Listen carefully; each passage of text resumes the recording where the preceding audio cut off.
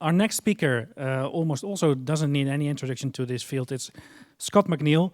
Scott is a professor of nanopharmaceuticals and regulatory innovation and science at the University of Basel. He's former director of the US NCL, and he's the current chair also of the EDQM Nanomedicine's Working Party. Scott, the floor is yours. Thank you, John. Can you hear me on this one? I have a lot of animation, so I need both hands to work everything. Okay, so good afternoon. Here's my acknowledgments and disclosure. My Stiftung is sponsored by CSL Vifor, although there's a firewall there. As Jan said, I'm a member of many working groups, and I'm indebted to the NCL for many of the slides that you'll see on my presentation.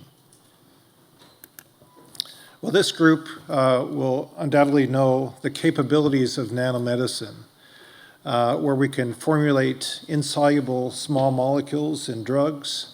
We can use the nanoparticle as a carrier, a drug delivery system, and introduce new APIs that were previously beyond Lipinski's rule of 5 or whatever other metric you want to use.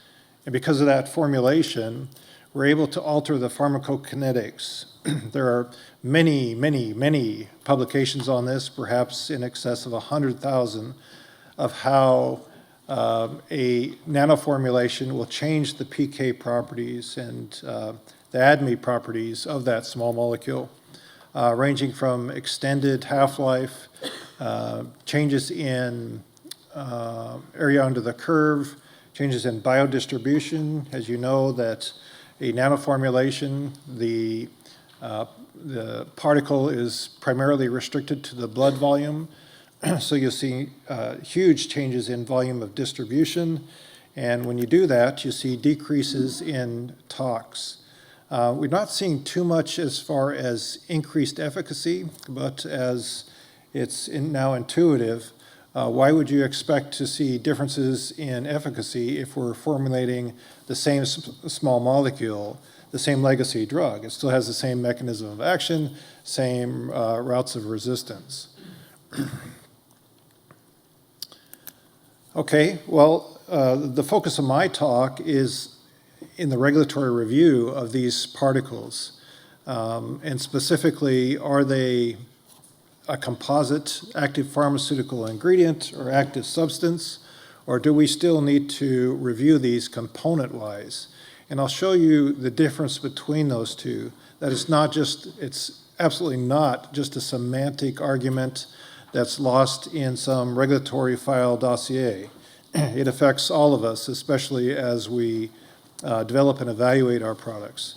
So to do that, I first have to put you to sleep before I wake you up. To put you to sleep is the definitions that you'll see up here. Definitions of the active substance in between the EU and the US, as well as the definition of excipients or inactive ingredients. Well, there's a lot of verbiage out there, so just pay attention to the yellow. So under an active substance, the active substance is the product, the component that's intended to exert a pharmacological or therapeutic effect. And really, that's the case for both the EU and the US. However, for an excipient, it's everything other than that, right? The excipient should not exert a physiological or therapeutic effect. Well, why do we care? What's the big deal? Let me show you why it influences our development of nanoparticles. So if we evaluate a composite whole nanoparticle, a liposome, for its ADME tox profile, it's now well known that the majority of the nanoparticles will go to the MPS system, the mononuclear phagocytic system, which is part of the RES. For a nanoparticle, we can change the PK profiles, as I mentioned, between the small molecule, which may be a few minutes. We can extend that to several hours. It's not uncommon for a nanoparticle and a liposome to have a half-life of 20 hours or more. But then, if I have to and am required to evaluate that liposome component-wise, meaning that the API, the small molecule, is evaluated differently than the lipids, is evaluated differently than the PEG, that leads to actually an erroneous data profile of the nanoparticle. So for example, the lipids in a nanoparticle in a liposome will likely be excreted, not just cleared, but excreted through the kidneys. Same thing with novel polymers. And in addition to that, the lipid components will likely also form tertiary structures such as micelles. Well, as you know, and as it says here, anything under 8 to 10 nanometers in size will be excreted through the kidney as opposed through the MPS. So this leads to, again, erroneous conclusions based on the component-wise evaluation of nanoparticles. And the ADME tox for something that has an AUC of 6 hours is far, far, far greater than an AUC of something that has a half-life of about 10 minutes. So as an example of this, let me give you a case study with the mRNAs that you're probably familiar with. Don Cromlin just described the lipid components of those. They're not exactly the same, but by gosh, they're very, very similar, with the exception of a few bonds. We have the ionizable lipid, we have the PEG lipid, the cholesterol, and a structural lipid. Again, very similar. Also, I'll say, and preempt this, that the example that I'm going to give is not necessarily to say, aha, we caught you to regulatory agencies, but to lay a precedent for how things should be evaluated. So what we found when we dug into the dossiers is the difference between Onpattro, which is actually an siRNA, versus the Pfizer and Moderna vaccines, where the EMA considered the lipids as excipients. So per the previous historical way to evaluate the nanomedicines. Whereas with the FDA, in digging through that, we found some discrepancies in the dossier, and specifically that we found that the lipids were evaluated as part of the drug substance. Okay? We have the references for this, and I'll show you the reference here in just a minute. So the FDA accepted the classification of the lipids for the Moderna as part of the drug substance, something that actually influences a therapeutic effect, whereas they didn't for Onpattro and the Pfizer vaccine. They were ruled as the excipients. Now, granted, things were very busy back when the regulatory agencies were reviewing these. Nevertheless, these differences were not even caught in the final full approval of the drugs. So what we'd like to do is say, hey, wait a minute, this was a terrific idea. Mistake or not, this is the way that nanoparticles should be evaluated. It sets a very nice precedent for viewing the entire nanoparticle, the composite nanoparticle, as the active substance, the active ingredient. You'd think that this would be just intuitive. This is so pragmatic and obvious. We know now for 20 years that the nanoparticle influences ADME tox. So how can we regulate and review nanoparticles, complex drugs, independent of that? We can't do it the old-fashioned way. Old-fashioned is old school like people like me. If we just view it as a small molecule, we do not appreciate the capabilities of nanoparticles that I showed in my first slide and the complexity that Jan illustrated in his presentation.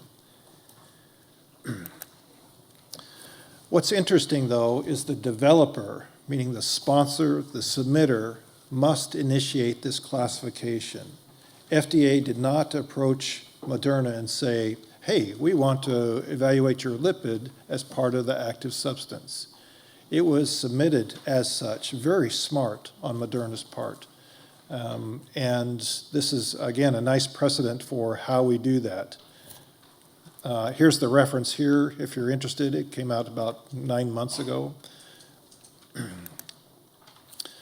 So we can't assume that there will be a generic guidance on this consideration, though, because we have to admit that every nanoparticle is unique, even sometimes every batch is unique, based on the complexity. But regulatory sciences allows us for these types of discussions, where we're not necessarily attempting to call out each other or take legal action against each other, as would maybe the case for regulatory affairs. We just sit down, roll up our sleeves, and have a discussion to see what is a good solution as far as truly evaluating these, especially if there's an overall a guidance that can assist the developer in getting their products to clinical trials. Good.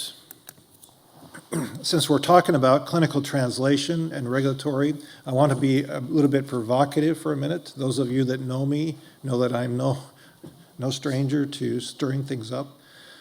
So I want to talk about the clinical translation of nucleic acids. I sit on boards and I review a lot of articles, a lot of grants, and one thing that we're always seeing is the extrapolation of the success that we've had with mRNA vaccines to IV-administered clinical indications. I asked the question in a conference last week. I said, are there any limitations to these vaccines? No, the door's wide open. All clinical indications are on the board. Well, let me just allow us to reflect on that a little bit. And keep in mind that our success with mRNAs is through an intramuscular injection, IM, okay? So it is not a systemic administration of the mRNA. Let me show you why this is important. Now, Onpattro is an IV administration of siRNA. Okay, the siRNA goes to the liver, the nanoparticle goes to the liver, gets taken up by the MPS system. Nevertheless, 19% of patients have a hypersensitivity reaction or an infusion reaction. And that despite some pretty heavy medication that's required. All right, look at what we have up there. We got dexamethasone, preemptive acetaminophen or paracetamol. We've got H1 and H2 blockers. Right, these are required pre-medications.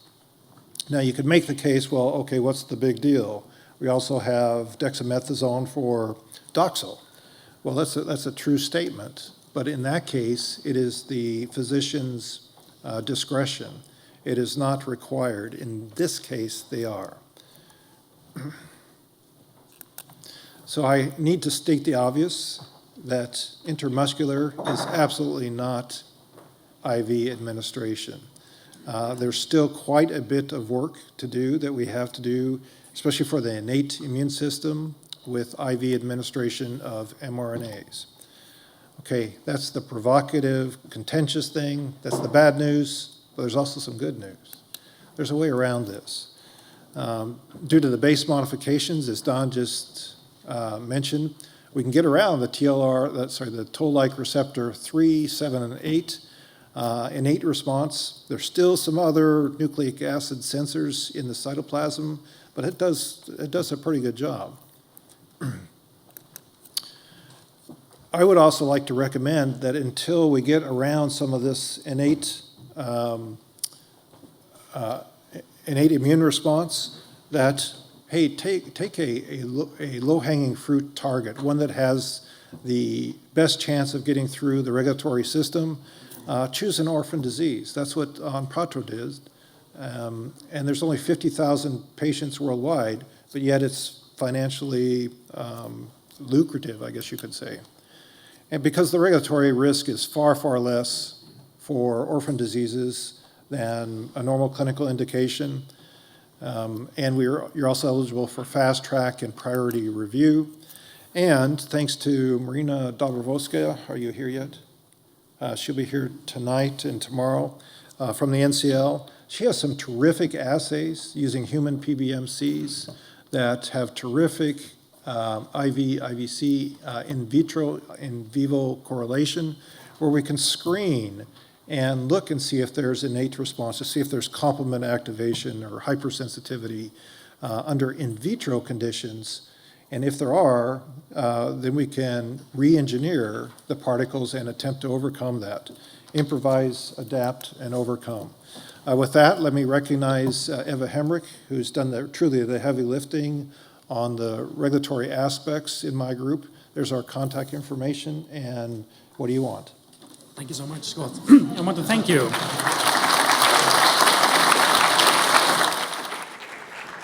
Thanks, Scott, for opening up, let's say, the door to potential submissions of nanomedicines, of which the formulation is actually part of the API.